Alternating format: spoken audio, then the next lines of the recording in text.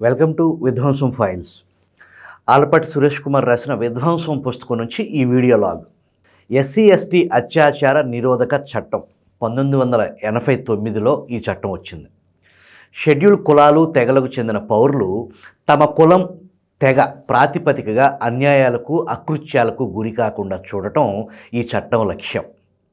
వారిని కులం పేరుతో నిందించడం కూడా ఈ చట్ట ప్రకారం నేరమే. ఈ చట్టం ఎస్సీలకు ఎస్టీలకు మాత్రం వర్తించదని అందులో సుస్పష్టంగా రాశారు. అలాంటిది 5 ఎస్సీలు అత్యాచార నిరోధక చట్టం కింద 2 వారాలకు పైగా జైల్లో ఉన్నారు.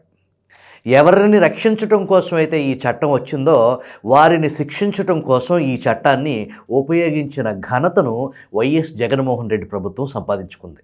అది ఎలాగో ఒకసారి చూద్దాం. అమరావతిలోనే రాజధాని కొనసాగాలని ఉద్యమిస్తున్న రైతులు ఆ నగరానికి ప్రధాని మోడీ భూమి పూజ చేసి 5 ఏళ్లైన సందర్భంగా అక్టోబర్ 23న ఉద్దండరాయునిపాలెం దగ్గర ధర్నా చేశారు. అమరావతి భూముల్లో ఇళ్ల స్థలాలు కావాలని కోరుతూ కొందరి బయట వ్యక్తులు అదే రోజు పోటీగా అక్కడికి రావడంతో పరిస్థితి కాస్త ఉధృతంగా మారింది. మరుసటి రోజు కొందరు బయటవారు ఆటోలో వస్తుంటే కిష్టాయపాలెం రైతులు వారిని అడ్డుకున్నారు. అక్కడ చిన్నపాటి ఘర్షణ జరిగింది. కిష్టాయపాలెం గ్రామానికి చెందిన వ్యక్తే ఒకరు ఆ అడ్డుకున్న వారిపై పోలీసులకు ఫిర్యాదు చేశారు. మంగళగిరి రూరల్ పోలీసులు ఐపీసీ సెక్షన్ 341 అక్రమంగా నిర్బంధించడం, 506 నేరపూరిత బెదిరింపు కింద కేసు పెట్టారు. అప్పటికి ఎస్సీ ఎస్టీ చట్టం ప్రస్తావన లేదు. మంగళగిరి డీఎస్పీ రంగంలోకి దిగిన తర్వాత వరుస మారింది. దళితుడైన ఫిర్యాదుదారు నుంచి సిఆర్పిసి సెక్షన్ 161 కింద స్టేట్మెంట్ తీసుకున్నట్టు ఒక పత్రం తయారు చేసి అందులో కులం ప్రస్తావన తెచ్చారు.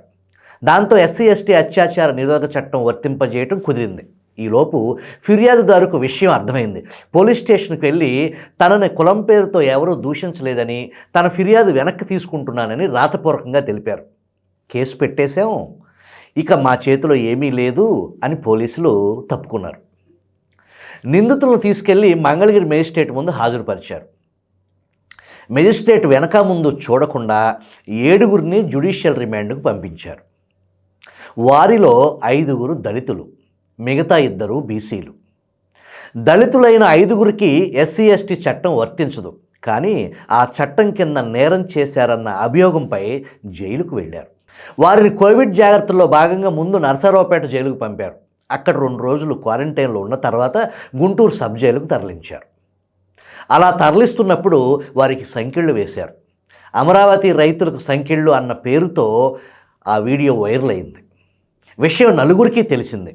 అయినా సరే మంగళగిరి పోలీసులు వెనక్కి తగ్గలేదు. కేసు మరింత పకడ్బందీగా ఉండేందుకు ఫిర్యాదుదారు స్టేట్మెంటును సిఆర్పిసి సెక్షన్ 164 కింద రికార్డ్ చేయాలంటూ మేజిస్ట్రేట్ కోర్టులో పిటిషన్ దాఖలు చేశారు. ఈలోపు నిందితుల తరపు జిల్లా జడ్జి కోర్టులో బెయిల్ అప్లికేషన్ దాఖలైంది. ఫిర్యాదుదారు కూడా జిల్లా జడ్జి కోర్టులో ఒక అఫిడవిట్ దాఖలు చేశారు. కులం పేరుతో తనను ఎవరూ దూషించలేదన్న సంగతి పోలీసులకు చెప్పానని, తన ఫిర్యాదు వెనక్కి తీసుకున్నానని అందులో వివరించారు. అప్పటికీ నిందితులకు బెయిల్ దొరకలేదు. ఫిర్యాదుదారు అఫిడవిట్లో ఏం చెప్పినా సరే సెక్షన్ 164 కింద అతని స్టేట్మెంట్ రికార్డు చేయాల్సి ఉండగా దానికి ముందు నిందితులకు బెయిల్ ఇవ్వకూడదని, ఇస్తే నిందితులు ఫిర్యాదుదారుని బెదిరించే అవకాశం ఉందని పబ్లిక్ ప్రాసిక్యూటర్ వాదించారు. ఆశ్చర్యకరంగా జిల్లా జడ్జి ఆ వాదనతో ఏకీభవించారు.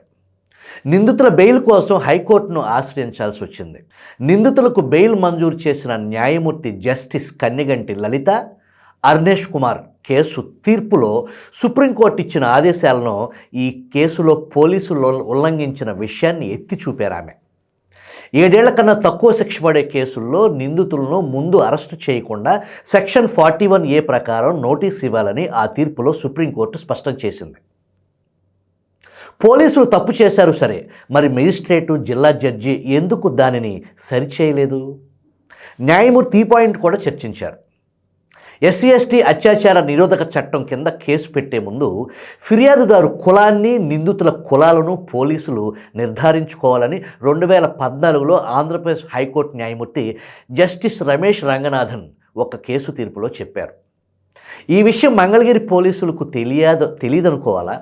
ఎఫ్ఐఆర్లో రిమాండ్ రిపోర్ట్లో నిందితుల కులాలు స్పష్టంగా రాసి రిమాండ్ కోసం మేజిస్ట్రేట్ ముందు నుంచోబెట్టారు. మేజిస్ట్రేట్ ఇదేంటి, ఎస్సీలకి ఈ చట్టం ఎలా వర్తిస్తుంది అని పోలీసులను ప్రశ్నించలేదు. 7గురిని రిమాండ్కు పంపారు. జిల్లా జడ్జి ముందు బెయిల్ పిటిషన్పై విచారణ జరిగినప్పుడు నిందితుల తరపున న్యాయవాది కారుమంచి ఇంద్రనీల్ బాబు విషయం అంతా వివరించారు. దానికి తోడు ఫిర్యాదుదారు అఫిడవిట్ జడ్జి ముందుంది. అయినా నిందితులకు బెయిల్ దొరకలేదు. హైకోర్టు న్యాయమూర్తి నిందితులకు బెయిల్ మంజూరు చేస్తూ మంగళగిరి డిఎస్పీ, మేజిస్ట్రేటు, జిల్లా జడ్జిలపై తగిన చర్య తీసుకోవాలని ఆదేశించారు. విచిత్రం ఏంటంటే తప్పు చేసినందుకు వీళ్ళు ఇబ్బందులు పడుతున్న సంగతి కనపడుతున్నా కానీ రాష్ట్రంలో పోలీసులు మరిన్ని కేసుల్లో ఎస్సీలపైనే ఎస్సీ ఎస్టీ అత్యాచార నిరోధక చట్టం ప్రయోగించారు. తాజాగా నంద్యాల జిల్లాలో ఎస్సీ కులానికి చెందిన ఒక గ్రామీణ విలేకరిపై ప్రయోగించారు. అదేంటని అడిగితే నీ దిక్కున్న చోట చెప్పుకో పొమ్మన్నారు.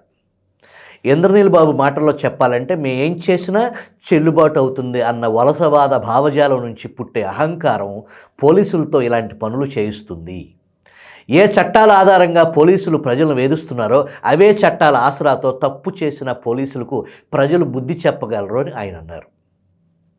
నిజానికి పోలీసులు సహా పాలకులకు ఆ ప్రజలే ప్రభువులు.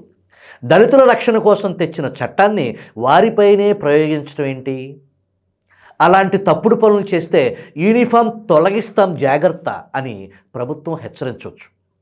బాగానే ఉంది సంబడం, అసలు సమస్య మొదలైందే అక్కడ కదా అంటారా? అది విషయం.